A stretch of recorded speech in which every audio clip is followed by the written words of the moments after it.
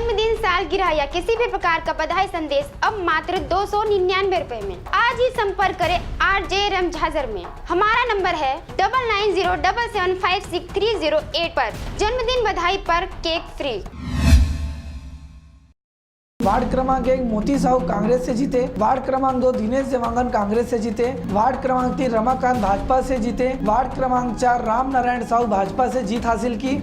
Ward क्रमांक 5 शिव साहू भाजपा से जीते। वार्ड क्रमांक 6 सुनीता रात्रे भाजपा से जीते। वार्ड क्रमांक 7 कंचन पटेल कांग्रेस से जीते। वार्ड क्रमांक 8 रविशंकर बंजारे भाजपा से जीते। वार्ड क्रमांक 9 गीता राम पटेल कांग्रेस से जीते। वार्ड क्रमांक 10 केवरा पटेल भाजपा से जीते। वार्ड क्रमांक 11 अशोक पटेल कांग्रेस से जीते। वार्ड क्रमांक 12 विजय साहू कांग्रेस से जीत हासिल की। वार्ड क्रमांक 13 जगन्नाथ केसरवानी कांग्रेस से जीते। वार्ड क्रमांक 14 देवमती भाजपा से जीते।